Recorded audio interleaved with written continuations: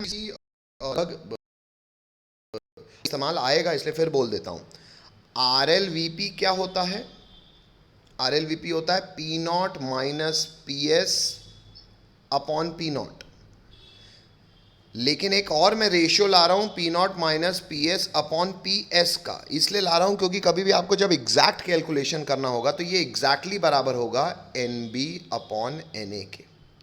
Are L V P approximately बराबर होता है बेटा N B upon N A के, और ये एग्जैक्ट किसके बराबर होता है? R L V P N B upon N A plus N B. पर क्योंकि कॉलिगेटिव प्रॉपर्टी डाइल्यूट सोल्यूशन के लिए वैलिड है तो नीचे का N A plus N B को हम अप्रॉक्सीमेटली एन ए लिख सकते हैं। हेलो, लेकिन सर अप्रॉक्सीमेशन तो हो गया ना फिर भी। खैर, शायद सबको समझ में आता होगा। दिक्कत हो तो बोलो, नहीं हो तो हाँ बोलो। हाँ बेटा बोल सकते हो, बचपन वाली चीज़ है। चलो, P naught minus P S upon P not तो पता अपने को आर एल वी पी होता है। हेलो हेलो, बी को मैं टू लिख रहा हूं और टू को मैं सॉल्यूट मान रहा हूं। हेलो, बी को मैं टू लिख रहा हूं और टू को मैं सॉल्यूट मान रहा हूं। क्रॉस मल्टीप्लाई करो तो P naught N one minus P S N one plus P naught N two minus P S N two बराबर एन टू पी नॉट। ए चलो इतना लिखो, लिखो तो हाँ बोलो। चलो लिख लेना भैया, जिसको नहीं बना लिख ले, ऐसे ही ऐसे ना बोल दे। चलो भैया आगे बढ़ रहा हूँ बेटा मैं तो। और करके अपन लिख सकते हैं कि अगर मैं यहाँ पे रेशियो निकाल लूँ P S upon P not का, तो क्या हो जाएगा बेटा? P S upon P not का ratio N one upon N one plus N two हो जाएगा ना। इसको बना देते हैं अपन इक्वेशन 2 और आर एल वी पी को बना देते हैं इक्वेशन 1। ऊपर मिटा दूँ, जगह चाहिए मुझे, ऊपर मिटा दूँ।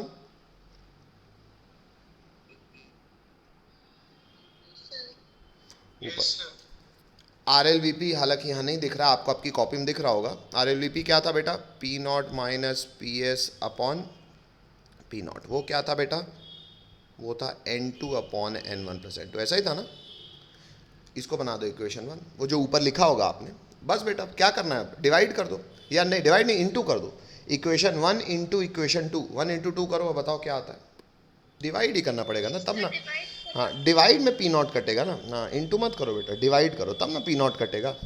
तो सीधा सीधा आप लोग डिवाइड कर दो। तो आप लोगों ने लिख ही लिया होगा मेरे पास यहीं पे, तो मैं यहीं इंतजाम कर देता हूँ। तो बेटा पी नॉट कट गया, ये कट गया, आ गया P naught minus P S upon P S, ये हो गया इंटू अपॉन एन वन। तो एग्जैक्ट बराबर हो गया इंटू अपॉन एन वन के, वही मैं आपको बोल रहा था। ये हो गया इसका सो कॉल्ड नौवीं कक्षा का डेरिवेशन। चालू हो जाओ। Calculate the mass of non-volatile solute, molar mass 40 gram per mole, which should be dissolved in 114 gram of octane to reduce its vapor pressure to 80%. ठीक है, सवाल अब क्या करना है बेटा? पहले गिवन बता दो, क्या क्या गिवन है। सर गिवन है molar mass of non volatile solute 40 बाकी ग्राम। बेटा मुझे सिंबल के टर्म में चाहिए। सॉल्यूट को मैं 2 मानूंगा, सॉल्वेंट को मैं 1 मानूंगा। वजन को W बोलते हैं पता है आपको, मोलर मास को MM बोलते हैं पता है आपको। बाकी लोगों जिन्हें कुछ नहीं समझ में आया हो वो हिंदी सुनते जाएं और गिवन लिखते जाएं। हाँ बोल बेटा। W2 दिया है M2 40 ग्राम पर मोल। W2 कितना है? सर W2 नहीं sir, M2 molar mass of solute. MM2 दिया हुआ है कितना? 40 ग्राम पर मोल। ठीक है, मोलर मास है बेटा, पर मोल ही होगा। W1 सर W1 दिया है 14 ग्राम, 114 ग्राम। और सर M1 ऑक्टेन का निकालेंगे 114 ग्राम ही आएगा। ऑक्टेन का फॉर्मूला क्या होता है बेटा? आधो को ये भी नहीं पता होगा। सर हम लोग को C8H18 पता है सबको भाई, अल्केन है CnH2n+2 होता है। तो 2n+2 मतलब 8 2 जा 16, ऑक्टेन मतलब 8 कार्बन, 8 2 जा 16, 16+2 18। तो ये आप निकाल सकते हो मोलर मास, वो लड़के ने निकाल लिया है। ठीक है बेटा आगे बोल, निकालना क्या है और दिया? सर P नॉट मान लिया सर प्योर फॉर्म का 1 atm। पी नॉट मान ले तू 100, क्यों? क्योंकि 100 का प्रतिशत निकालना आसान होता है। हाँ और बोलो। यस सर, तो पीएस आ जाएगा 80% ऑफ 100 रिड्यूस टू लिखा है इसलिए। तो कितना आ जाएगा? 80 कितना आ जाएगा बेटा? है 100 का इंग्लिश कह रही है कि नॉन वॉलेटाइल सॉल्यूट डालने पे, हमको पता है सर बालू डालने पे पानी का वेपर प्रेशर घटता है। फिलहाल आप ऑक्टेन डाल रहे हो तो वेपर प्रेशर ऑक्टेन में आप नॉन वॉलेटाइल सॉल्यूट डाल रहे हो। डालने से सवाल कह रहा है vapour pressure is reduced to 80%। अगर कहता है रिड्यूस्ड बाय 80% तो 100 का 80% यानी कि 80 घटा दो, लेकिन वो कह रहा है रिड्यूस टू 80%, मतलब 100 का 80% पे आ गया है। तो मतलब पी एस 100 का 80% कितना होता है? 80 रुपये। जान के मैंने 100 माने सर, तो 100 क्यों मान लिया आपने? सही। रुक जाओ, 100 क्यों मान लिया आपने? क्योंकि बेटा रेशियो है, रेशियो में मैं कहता हूँ 100x भी होगा तो 80x तो कट ही जाना है भाई। RLVP वाला जो भी फॉर्म है उसमें रेशियो यूज़ होना है, इसलिए मैं मान ले रहा हूँ। कायदे से आप ऐसे एज्यूम नहीं कर सकते, आपको 100x मानना चाहिए था, पर क्योंकि रेशियो लेना है तो मन मान भी सकते हैं, कोई दिक्कत नहीं है। ठीक है, यहाँ तक सबको समझ में आता है?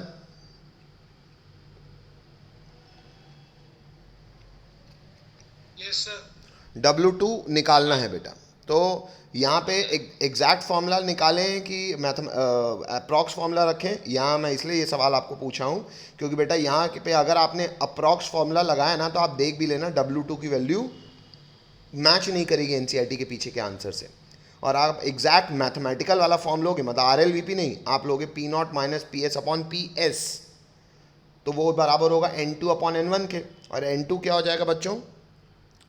जैसे N1 तो यहाँ सीधा ही निकाल सकते हैं, N1 क्या आ जाएगा? 1, क्यों? W upon MM1। हेलो। 1 आ जाएगा। और यहाँ पे आप N2 की जगह W2 अपॉन M2 पुट कर दीजिएगा। W2 निकालना है, सॉल्व करोगे तो आंसर आ जाएगा। आ रहा है रोशन? Yes sir. और अप्रॉक्स वाला करोगे ना, P not minus P S upon P not करोगे ना तो W2 कुछ और आएगा, पीछे फर्क पड़ेगा आंसर में, तो आपको लगेगा अरे गड़बड़ है। हेलो, कितना आ रहा है रोशन आंसर? Yes sir. सारे बच्चों तत्काल सवाल खुद सॉल्व करो। एक बार अप्रॉक्स वाला फॉर्मूला लगाओ, मतलब P naught minus P S upon P not लगाओ, और एक बार एग्जैक्ट वाला फॉर्मूला लगाओ, P naught minus P S upon P S वाला फॉर्मूला लगाओ। दोनों लगाओ और मुझे दोनों केस में W2 बताओ।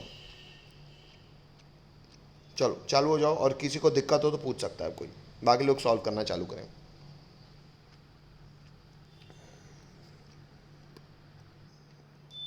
अप्रॉक्स लगाने पे 8 ग्राम। और एग्जैक्ट लगाने पे 10 ग्राम। ठीक है। और एनसीईआरटी में पीछे एग्जैक्ट वाला लगा के ही आंसर होगा, क्यों? क्योंकि एनसीईआरटी एग्जैक्ट डिटेल, तो वही मैंने कहा कई बार आपको एग्जैक्ट वाले का काम आएगा, शायद यहाँ से समझ में भी आ रहा होगा। कोई दिक्कत हो तो पूछ सकते हो, नहीं हो तो आगे बढ़ूंगा मैं। चल बेटा 13वां सवाल अगला पूछा जा रहा है। 13वां सवाल जिसका डाउट है पढ़ दो बेटा सवाल।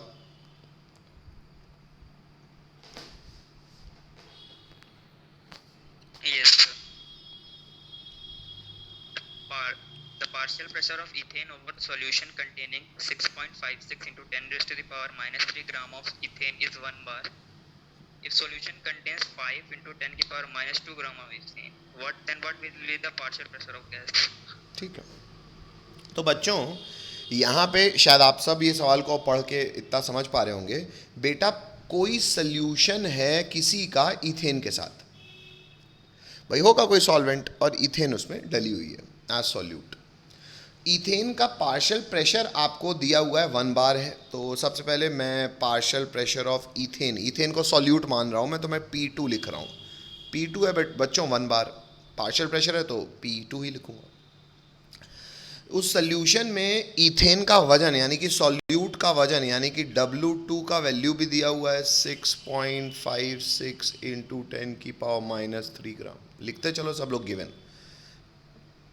कहता है अगर सॉल्यूशन में इतना ग्राम इथेन होता, फिलहाल तो इतना है केस 2, अगर W2 में 5 इंटू 10 की पावर माइनस 2 कर देता, अब अगर कर देता तो की बात है, तो कहता है कि पार्शियल प्रेशर ऑफ गैस यानी कि P2 क्या होता? हेलो हेलो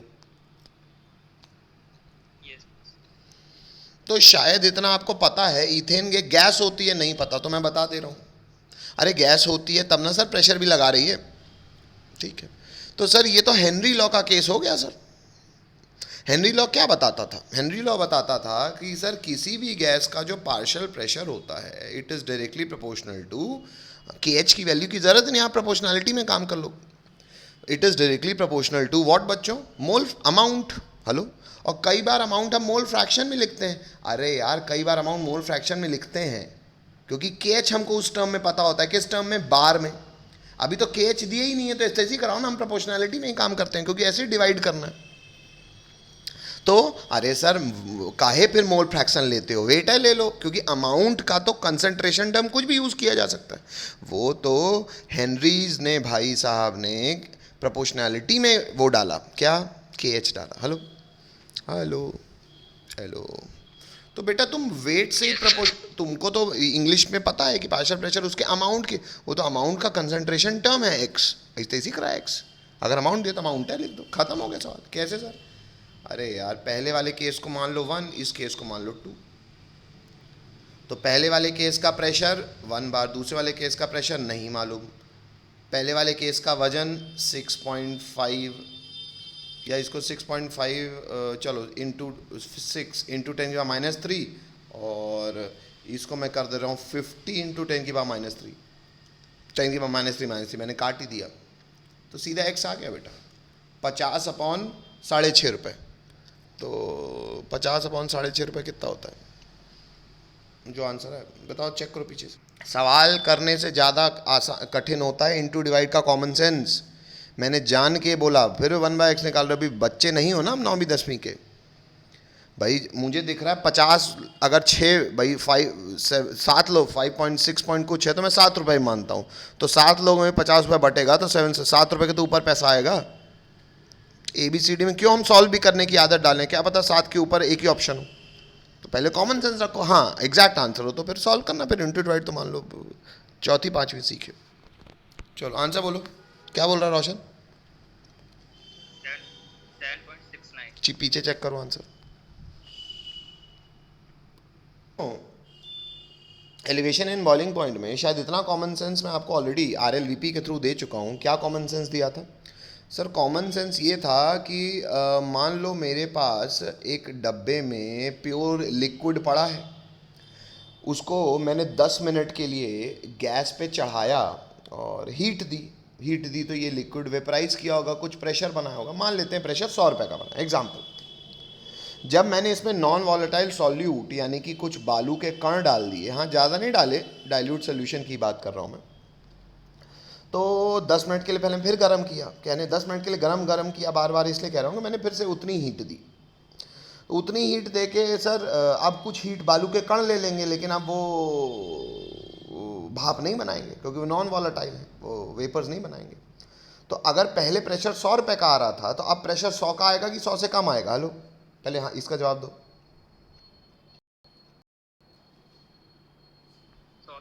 100 से कम आएगा। और जो 100 से कम आता है उसी को हम कहते हैं भैया वेपर प्रेशर में लोवरिंग हो गई, लोवरिंग ऑफ वेपर प्रेशर। पढ़ ही लिया सर, तो दोबारा क्या पढ़ा रहे हो? दोबारा नहीं पढ़ा रहा हूँ मैं आपको। अब ये बताने की कोशिश कर रहा हूँ बेटा, कभी भी कोई भी लिक्विड, ये मैंने डब्बा खोल दिया, कभी भी कोई लिक्विड, अभी मैंने नॉन वॉलेटाइल सॉल्यूट नहीं डाला है, कभी भी कोई भी लिक्विड को बॉईल करते हो तो बॉईल करने का क्या अर्थ होता है बच्चों? बॉईल करने का अर्थ होता है मैंने नीचे से आग लगा के टेम्परेचर बढ़ाया, टेम्परेचर बढ़ाते बढ़ाते मॉलिक्यूल्स जो है वो सरफेस तक पहुँचे क्योंकि काइनेटिक एनर्जी उनको मिल रही है। और जैसे मॉलिक्यूल्स काइनेटिक एनर्जी उनकी मिली तो सरफेस से पे आके क्या और ज़्यादा वॉल्यूम ऑक्यूपाई करने के लिए उछलने की कोशिश करेंगे। लेकिन उन्हें कौन दबाएगा बेटा? उन्हें भगवान का प्रेशर, एटमॉस्फेरिक प्रेशर दबाएगा। तो क्या ये वेपर, इनकी जो द्वारा जो वेपर्स बनाई जा रही है वो ऊपर उठ पाएगी? नहीं सर। कब उठ पाएगी सर? तब उठ पाएगी जब उनका प्रेशर भगवान के प्रेशर से ज़्यादा हो जाए। तो बच्चों बॉइलिंग टेम्परेचर या बॉइलिंग पॉइंट होता क्या है? बॉइलिंग पॉइंट या बॉइलिंग टेम्परेचर वो मिनिमम टेम्परेचर होता है जिस पे वेपर प्रेशर जो नीचे से लग रहा है becomes equal to vapour pressure जो ऊपर से लग रहा है। इंग्लिश में इसको कहते हैं the temperature at which vapour pressure of any liquid या any solution becomes equal to atmospheric pressure. जब भगवान के प्रेशर के बराबर मेरा प्रेशर हो जाए तो वो मेरा बॉइलिंग पॉइंट है। अब मैं कोई भी हो सकता हूँ, मैं लिक्विड हो सकता हूँ, मैं सोल्यूशन हो सकता हूँ। Hello hello hello, Yes, sir. अच्छा, ये सब आप शायद पहले से जानते थे, तो सर दोबारा काहे बता रहे हो? इसलिए बता रहा हूँ बेटा कि अगर तुमने सॉल्वेंट को उबालना है, और मान लेते हैं सॉल्वेंट तब उबलता है जब उसका टेम्परेचर टी भी, अब मैं फिक्स कर देता हूँ एक एग्जांपल के तौर पे, मान लो 100 केल्विन एग्जांपल, कि 100 केल्विन पे या 100 डिग्री सेल्सियस, पानी की बात करता हूँ मैं, भाई पानी जो है वो 100 डिग्री सेल्सियस पे बॉईल हो जाता था। मैंने उसमें बालू डाल दी थोड़ी सी, तो अब वो 100 डिग्री में बॉईल नहीं होगा। क्यों? क्योंकि हीट तो अब बालू भी खाएगी और वो प्रेशर बनाएगी नहीं। तो मेरे को प्रेशर तो उतना ही चाहिए, कितना? पर एटमॉस्फेरिक प्रेशर के बराबर, लेकिन वेपर प्रेशर तो घट चुका है, मुझे बढ़ाना पड़ेगा, तो मुझे टेम्परेचर इंक्रीज करना पड़ेगा। तो मतलब नॉन वॉलेटाइल सॉल्यूट डाल के अगर वेपर प्रेशर घटता है और मुझे वेपर प्रेशर वापस उतना करना है जितना एटमॉस्फेरिक प्रेशर था, तो मुझे टेम्परेचर कुछ बढ़ाना पड़ेगा। कहने का अर्थ ये है कि कभी भी बालू यानी कि non volatile solute pure solvent यानी कि पानी में डाल दो तो पानी का बॉइलिंग पॉइंट एलिवेट कर जाएगा as a solution, and this is called elevation of boiling point. Hello hello hello देंगे। पॉइंट नंबर 1 में हम लोग एक ग्राफ बनाएंगे और ये ग्राफ की इंग्लिश भी, पहले इंग्लिश की हेडिंग लिखेंगे। पॉइंट नंबर 1 में लिखेंगे the vapour pressure curve for solution lies below the curve for pure water. कहने का अर्थ ये है, बस आप इतना लिख दीजिए, मेरी बात सुनिए फिर लिखना। पहले देखो, वाई एक्सिस में मैं वेपर प्रेशर यानी कि वेपर्स के द्वारा लगाए जाने वाला प्रेशर प्लॉट कर रहा हूँ। ये ग्रीन लाइन से वो प्रेशर है जो पर्यावरण का है, पर्यावरण का यानी कि एटमॉस्फेरिक प्रेशर, जो कि 1 atm होता है, बार में होता है 1.013। जब भी किसी भी कंपोनेंट का वेपर प्रेशर एटमॉस्फेरिक प्रेशर के बराबर हो जाए तब ना कहलाएगा वो बॉईल कर रहा है। ठीक है, तो देखो प्योर सॉल्वेंट के लिए जब मैंने प्लॉट किया तो वेपर प्रेशर बढ़ता गया जैसे जैसे टेम्परेचर बढ़ता गया। एक टेम्परेचर पे वेपर प्रेशर एटमॉस्फेरिक प्रेशर के बराबर आ गया सॉल्वेंट का। जिस टेम्परेचर पे हुआ उस टेम्परेचर को मैं लिख रहा हूँ TB नॉट। लेकिन जब मैंने उसमें नॉन वॉलेटाइल सॉल्यूट डाल के सोल्यूशन बनाया और सॉल्यूशन का प्लॉट किया तो सॉल्यूशन का प्लॉट में टेम्परेचर अधिक पे सेम वेपर प्रेशर आ रहा था। देख लो, अधिक टेम्परेचर पे वेपर प्रेशर जो आ रहा है वो सॉल्यूशन का कम है, सॉरी ज़्यादा नहीं, कम है, तब ना लोवरिंग अपन ने पढ़ी है, तो सॉल्यूशन का तो घटता ही है। देखो नीचे ग्राफ नीचे भी है। तो सर अगर इसको एटमॉस्फेरिक प्रेशर मतलब ग्रीन लाइन के बराबर लाना पड़ेगा तो हम ये इस पॉइंट पे है, इस पॉइंट पे है, वो जिस टेम्परेचर पे है उसको मैंने कह दिया TB, और इनका डिफरेंस क्या कहलाएगा? देखो डेल्टा TB दिख रहा है सबको? हेलो। और फिर इंग्लिश में हम लोग ये लिख देंगे, क्या लिखेंगे English? Let TB not be the boiling point of pure solvent and TB be the boiling point of solution. तो the increase in boiling point delta TB is equal to, delta change हमेशा क्या होता है? बड़ा minus छोटा, बड़ा क्या है? सोल्यूशन का, तो TB minus TB naught is known as elevation of boiling point. This is point number 1। ये ग्राफ बना के ये इंग्लिश लिखिए तो हाँ बोलिए, डाउट हो तो पूछिए, नहीं हो तो लिख लिया था, आगे बढ़ सकता हूँ मैं? Yes, sir. चलो पॉइंट नंबर 2 लिखेंगे बच्चों, दूसरा पॉइंट लिखेंगे। फिर कोई आया, पॉइंट नंबर 2 लिखेंगे बेटा। दूसरा पॉइंट है बेटा, अब ये जो एलिवेशन इन बॉइलिंग पॉइंट है ना बेटा, इसका आपने ग्राफ से ये तो ऑब्जर्व कर लिया कि सर जो सोल्यूशन का बॉइलिंग पॉइंट है वो इंक्रीज़ करता है, और जितना मैग्नीट्यूड का इंक्रीज़ होता है वो डेल्टा TB को हम आज से इंग्लिश में बोलने लगे हैं एलिवेशन इन बॉइलिंग पॉइंट। अब बेटा ये जो ऑब्जर्वेशन है ये है तो स्टैटिस्टिकल, मतलब सर एक्सपेरिमेंट करके n नंबर ऑफ ऑब्जेक्ट के साथ एक काम किया गया और ये पाया गया। तो अगर सर स्टैटिस्टिकल बात ही है ये, तो आगे जो इसका फॉर्मूला है ना बेटा, वो भी कोई डिराइव्ड फॉर्मूला नहीं है, वो भी स्टैटिस्टिकल फॉर्मूला ही है। इसलिए पॉइंट क्रमांक 2 में हम लोग लिखेंगे mathematical expression for elevation in boiling point. आप लोग पूरी इंग्लिश लिखिए। अब दूसरे पॉइंट में हम मैथमेटिक्स जानना चाहेंगे, लिखेंगे mathematical expression for elevation in boiling point या elevation of boiling point. Proposition of use करो। Mathematical expression for elevation of boiling point लिख लिया सबने?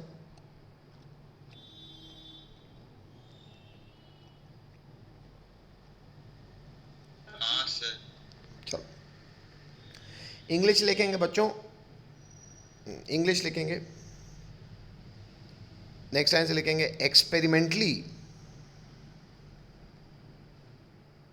ये सब एक्सपेरिमेंटल ऑब्जर्वेशन है, तो experimentally comma for dilute solution the elevation of boiling point delta TB is directly proportional to molar concentration of the solute in solution। ये experimentally पाया गया है, इसका कोई डिराइव्ड फॉर्मूला नहीं है, ये बॉयल्स लॉ, चार्ल्स लॉ जैसा लॉ है। लॉ क्या, फॉर्मूला पाया गया है कि जब जब हमने नॉन वॉलेटाइल सॉल्यूट कम मात्रा में, डाइल्यूट के केस में, सॉल्वेंट में डाला, वॉलेटाइल सॉल्वेंट में डाला, तो हमने पाया कि हर बार जितना एलिवेशन आ रहा था, एलिवेशन बढ़ता जा रहा था जैसे जैसे हम मोलालिटी बढ़ा रहे थे। हाँ, मोलालिटी हम एक शिद्दत से ज़्यादा नहीं बढ़ा सकते क्योंकि फिर कंसनट्रेटेड सोल्यूशन कहलाने लगे ना सर, डाइल्यूट ही रखना है, मतलब रखना कम ही है, कम ही सही। पहले 1 ग्राम डाला, 1.5 ग्राम डाला तो बढ़ गया, 2 ग्राम डाला और बढ़ गया। कॉमन सेंस भी है सर, जितना डालते जाओगे हीट ज़्यादा खाता जाएगा और बॉइलिंग पॉइंट कम देगा, मतलब प्रेशर कम बनाएगा, तो आपको ज़्यादा देर तक बॉईल करना पड़ेगा, तो उतना एलिवेट होगा। कॉमन सेंस, ये बहुत कठिन बात नहीं है। पर हाँ, ये जरूर ध्यान रखना है कि केवल मात्रा कम होनी चाहिए सॉल्यूट की। डाइल्यूट सोल्यूशन के लिए कोलिगेटेड प्रॉपर्टी वैलिड है। हेलो लिखो तो, हाँ बोलो। Yes sir. नेक्स्ट लाइन से लिखेंगे बच्चों, और delta T B is directly proportional to small M यानी कि मोलालिटी, और delta T B is equal to proportionality constant है बच्चों K B into small M. K B कहलाता है प्रोपोर्शनैलिटी कांस्टेंट, लिखेंगे अभी इसके लिए इंग्लिश, और स्मॉल एम मोलालिटी, इसके लिए भी इंग्लिश लिखेंगे। इतना लिखो तो, हाँ बोलो। Yes sir. हटा दूं? चलो नेक्स्ट बच्चों, इंग्लिश पूरी करेंगे, लिखेंगे here small M molality is the number of moles of solute dissolved in 1 kg of solvent, पता ही है लेकिन फिर भी इंग्लिश है, लिख लो।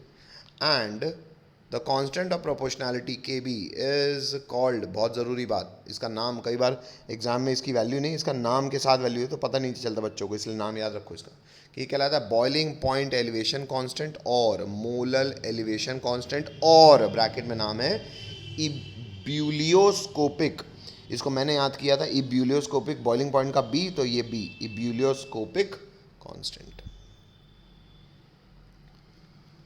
नेक्स्ट लाइन से लिखेंगे बेटा के बी की यूनिट क्या हो जाएगी, तो unit of K B is, खुद बताओ क्या यूनिट होगी बेटा, के बी की यूनिट होगी सर, टेम्परेचर की यूनिट होती है केल्विन, चेंज इन टेम्परेचर भी जो ही होगा, तो केल्विन, और मोलालिटी की यूनिट क्या होती है बच्चों, मोल पर केजी, लेकिन ये तो उल्टा जाएगा, तो ये जाएगा केजी पर मोल, तो केल्विन केजी पर मोल।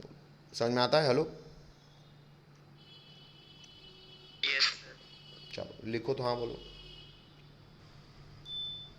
बच्चों हमको शायद ये पता है कि डेल्टा टीबी किसके बराबर होता है, के बी इंटू मोलालिटी, और मोलालिटी का हमको फॉर्मूला पता है, number of moles of solute. Number of moles of solute क्या होता है, weight of solute upon molar mass of solute into weight of solvent. अगर 1 ग्राम में पुट किया है तो यहाँ क्या आ जाएगा, 1000। तो यहाँ सारे W क्या है बच्चों, वजन है सॉल्यूट का, सॉल्वेंट का, इन ग्राम। हेलो हाँ सर। Yes sir. तो ये भी फॉर्मूला लिख लो बेटा, कई बार आपको ये भी तो लिख लेना। W2 क्या है, बाजू लिख लेना, weight of solute in gram. W1 क्या है, वेट ऑफ सॉल्वेंट, लेकिन किसमें, ग्राम। M2 क्या है, मोलर मास, किसका, तुम्हारा मेरा कि सॉल्वेंट का, बोलो। सॉल्यूट बना होगा। हाँ तो मैं ऑप्शन में दूंगा, काहे हो, वो तुम बोलोगे ना, मोलर मास ऑफ सॉल्यूट। अच्छा तो ये भी फॉर्मूला इस्तेमाल कर सकते हो, करना। पॉइंट क्रमांक 3 लिखेंगे, the value of K B depend upon the nature of solvent, comma, can be ascertained from the following relations.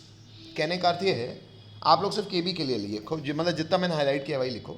जो के बी है ना, वो एक प्रोपोर्शनैलिटी कांस्टेंट है, ठीक है, लेकिन वो प्रोपोर्शनैलिटी कांस्टेंट, वो कांस्टेंट जीवन भर तो रहेगा नहीं, फिलहाल कोई स्थिति में कांस्टेंट होगा। तो पहली बात, वो किसकी कैरेक्टरिस्टिक बताता है? सॉल्वेंट की। दूसरी चीज़, नेचर ऑफ सॉल्वेंट, अगर सर सॉल्वेंट कैरेक्टरिस्टिक बताता है, उसके चरित्र, उसके नेचर पर डिपेंड करेगा, बिल्कुल करेगा। तो सर सॉल्वेंट का ये किस प्रोपोर्शनैलिटी कांस्टेंट का निकाला भी गया होगा, हाँ, तो सर उसका फॉर्मूला भी कुछ डिराइव किया जा सकता है, हाँ, मतलब स्टैटिस्टिकली निकले हैं ये सब फॉर्मूले। तो ये जो के बी यानी कि जो इब्यूलोस्कोपिक कांस्टेंट है, कई बार आपको बोर्ड में भी ऐसे सवाल आते हैं कि के बी का वैल्यू दिया नहीं रहता, डेटा दिया रहता है, जिससे आपको के बी निकालना भी पड़ता है और फिर उसको फर्दर पुट करना पड़ता है। तो सीधा वैल्यू लिखेंगे हम लोग बच्चों, K B is equal to statistical form है, इसका भी कोई फॉर्मूला डेरिवेशन नहीं बच्चों, स्टैटिस्टिकली कांस्टेंट ऐसे निकला है। इसका वैल्यू होता है आर एम टी का स्क्वायर। मैंने ऐसे याद किया था, रिमोट का आदमी, कई बार आदमी रिमोट लिखता है ना, आर एम टी, आप लोग मैसेज वाली राइटिंग में hello remote, hello hello hello hello, अबे बोलो। Yes, sir. हाँ, तो रटने का तरीका है रिमोट का स्क्वायर, सिर्फ टी का स्क्वायर है, हालांकि आर एम टी का स्क्वायर। आर मतलब यूनिवर्सल गैस कांस्टेंट, एम मतलब मोलर मास ऑफ वन यानी कि सॉल्वेंट, टी बी मतलब बॉइलिंग पॉइंट ऑफ, अच्छा यहाँ पे थोड़ा सा ये गड़बड़ लिखा हुआ है बेटा, सिंबल में सुधार करवा दूँ, मैं लिख दे रहा हूँ आपके लिए फॉर्मूला।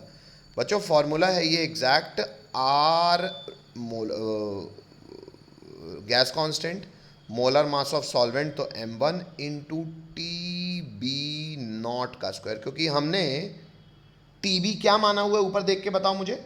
अगर मैं टी बी लिखता है तो टी बी किसको रिप्रेजेंट हमने माना हुआ है? Hello, Boiling point of solution. हाँ, और ये एक्स किसकी प्रॉपर्टी है? केवल Solvent. हाँ, इसलिए ये थोड़ा सा एनसीईआरटी में फॉर्मूला गड़बड़ लिखा, उसको सुधार दो। Upon 1000 into delta H, into का सिंबल मत बनाओ, अच्छा नहीं लगेगा, तो इंटू, पता ही आपको, into delta H vaporization. Now what is delta H vaporisation?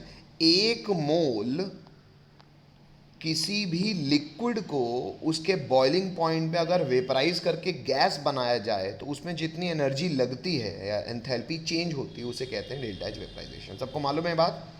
Hello, Yes, sir. सब डेल्टा एच वेपराइजेशन की डेफिनेशन जानते हैं कि लिखवा दूं? ये भी सर लिखवा दी। लिखवा दूंगा, चलो पहले इतना लिखो तो हाँ बोलो, लिखेंगे। R and M1 stands for gas constant and molar mass of solvent.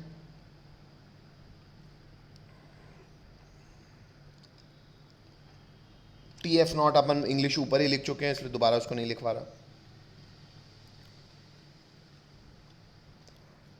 Delta H vaporization represents the enthalpies for vaporization of solvent.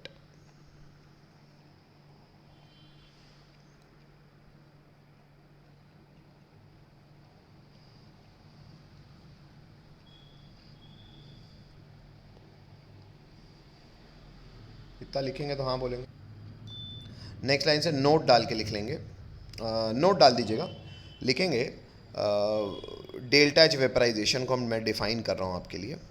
बच्चों मान लो कोई ए लिक्विड है, उसको हीट किया गया और बना दिया गया ए गैस। ये काम किया गया at constant temperature T.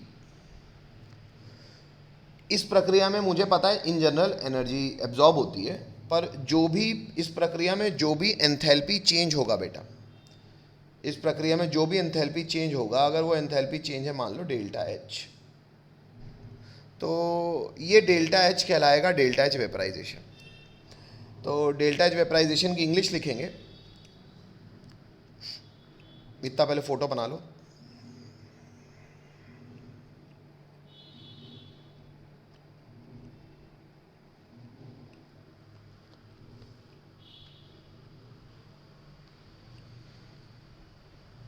Yes, sir.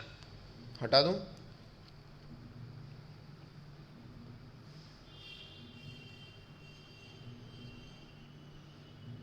चलो हटा रहा हूं। इंग्लिश लिखेंगे बच्चों,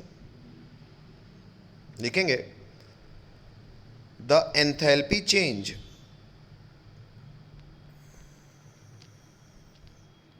when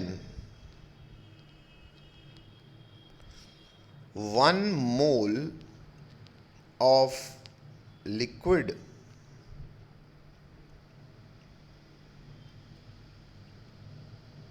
is converted to gas at its boiling point is called delta H vaporization. इसकी यूनिट जनरली बेटा किलो जूल पर मोल में लिखी जाती है, पर हाँ आप तो उसके हिसाब से ही करेंगे, क्योंकि आपको के एच का तो यूनिट आपने लिखा हुआ है, तो आप तो उसी हिसाब से एडजस्ट करेंगे, तो आप तो जूल पर मोल में ही लिखेंगे। तो मैं लिख भी देता हूँ ब्रैकेट में, हाँ यहाँ पे हमको जूल पर मोल में ही पुट करनी होगी, दी भले जिसमें हो, क्योंकि आप ये यूनिट डायमेंशन से देख भी लीजिएगा, L H S R H S में यूनिट बराबर होनी चाहिए ना। के एच की यूनिट तो हमने लिखी हुई है। हेलो हेलो, आर का जूल में वैल्यू क्या होता है बेटा? 8.314 यूनिट जूल पर मोल पर केल्विन। पता है सबको? Hello, Yes.